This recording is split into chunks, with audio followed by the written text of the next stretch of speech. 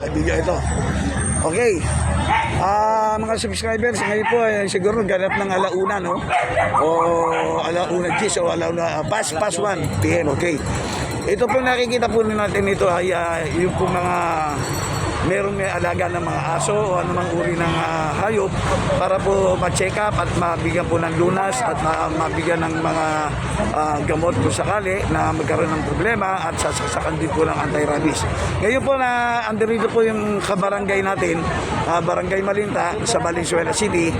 Ito po, na-meet po natin dito para magbigay po ng konting pananaw para sa nangyayari dito. Sir Jason? Opo, Jay po. Kalyero po, Jay. Jay. Okay, Jay. Nasa YouTube po tayo, Kalyero by Ray Bersalona. Pakidagdagan nga po ninyo kung ano yung po pwede nating ipaalam sa ating mga subscribers. So ngayon po sa ating po People's Park po sa ating mga sa Valenzuela City po, Valenzuela po, nagkakaroon po tayo ng ng vaccination po.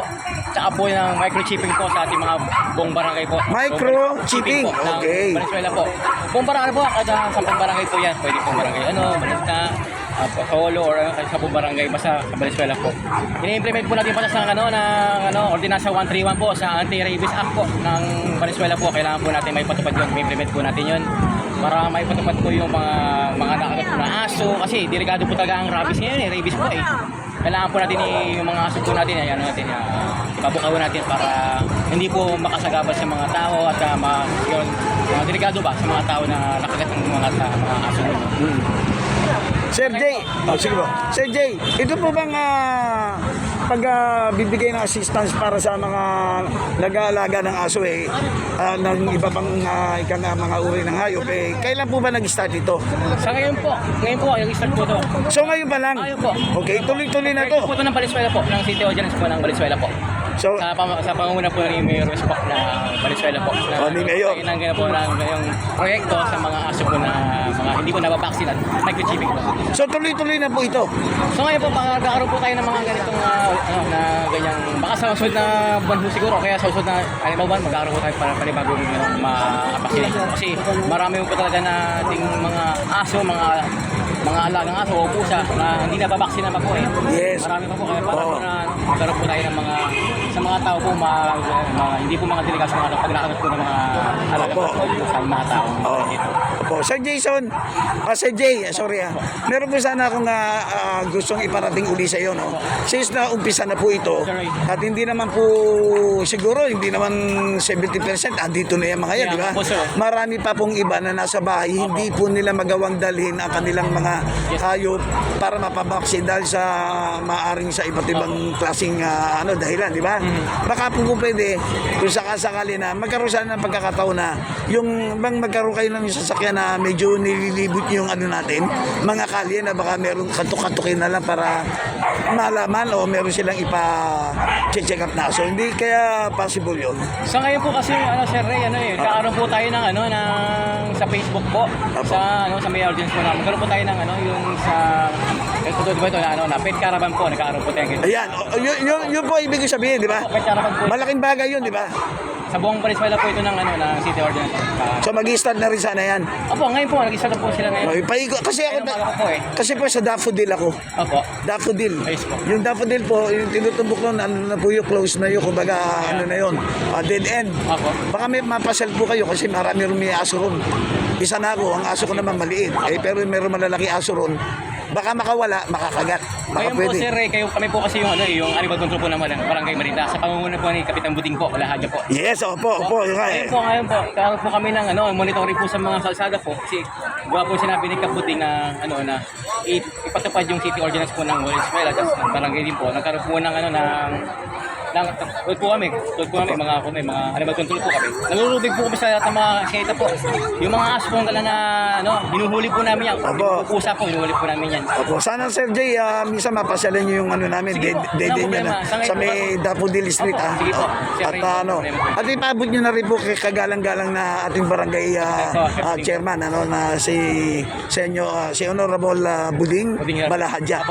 Sana ma-interview rin natin siya para makunan din natin ng konting ika nga, pananalita regarding this matter. Diba? O ngayon po, panawagan pa po kayo, yung mga gusto pang Ngayon po, sa barangay, ano po, sa... yung gusto pang maghahabol, lumabol. Kung sakali pong, sa ngayon pong araw na po, pet caravan po, magkaroon po tayo ng oras sa ating mga alagang aso o pusa po na kailangan pa din papakuna kasi delikado po sa mga taong makakabos po. Delikado po talaga. Ngayon po, pagkakataon po, dalhin niyo po rin sa People's Park po, sa pet caravan po, sa Pichagan po, dalhin niyo po ng mga alaga. Papakunahan niyo po para masipil po yung mga alaga niyo pong aso po. Sir Jason, Sir Jay, Sige po. paano matatapos ba sa tingin nyo to ng hanggang alas 3? Yan lahat na yan, ma-assist kaya lang yan? Tapos yun nga, hanggang sa maubos yung sila, Sir Ray. Hanggang sa Aabutin to ng baka abutin ng alas 6 to. mga 5 po siguro. Pero ito, kailangan tapusin. Kailangan po tapusin po, Sir Ray. Ang dami nito. Pero meron ho tayong cut-off, di ba, pre? Hanggang alas 5 ang diba, cut-off natin. O, yung cut-off natin, matatapos ba ng anong oras pa karkula mo? Stress lang po kaya nga Kaya nga yung iba, Di ba, ang dami naghihintay, Tingin ko hindi mo natapos ang alas 3 to. Wala na. Ay, sir. Calyero po. Ay, si sir, isa ba ang doktor dito ng veterinaryo? O, sir, si Calyero po. Medyo kinunan po natin ang yung magandang pagkakataon para sa ating mga constituents ng barangay. Sir, ano po ang pangalan po natin? Doc Alan po. Si Dr. Alan yung binabagin po kanina sa mga gumagalo dito. Ano pa po may dadagdag natin dito, sir? Sige. Sir, Jay, teka lang. Tungkol sa Yung sa natin, pag-assist natin sa mga may-ari ng aso. Ayun po. So, ito po, ikakapat na muna natin kasi sa estimate ko, mukhang abutin na to ng gabi siguro pagka ganyan karami. Hindi na tayo pwede magdagdag. So, ina-assemble ko po yung team ng Barangay Animal Control Team para po sabihan na yung iba na pasensya na po, cut-off na. No? And then, Di other schedule ulit. Di ba? antay lang po tayo Under, na announcement sa Facebook ng Valenzuela City government. Hindi po ako pwede mag-announce. Oo, Kaya wala tama. po pwede. Kasi pag-uusapan pa yan Opo.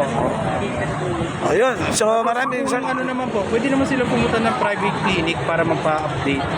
Yun pala. So hindi na tayo mag-iimbita, Jay. Magkakatop na nga pala, hindi na kasya. Opo, ang dami. Sobrang dami niya. Titignan ko na isa-isa. Nakita mo sabi ko sa'yo, napakarami. Kako hindi Check ko na dito. para kung yung hihingi nila na services meron pang available. Okay. Yan po ang sa kagandahan po ng ating mahal na mayor ng Valenzuela City. Walang iba kundi si Mayor West. Diba? Okay. Kaya West Gatchalian, di ba? Ayun, maraming salamat sa lahat ng mga proyekto ni Mayor West Gatchalian. Okay. So, thank you, sir. Doc, Alan. Okay. Ay, sige. Sir Jay, may dadagdag ka pa ba? Okay na po, sir. Okay, maraming salamat. See you again, Sir Jay. Pinapapantayan. Thank you so much. Bye-bye. Secure na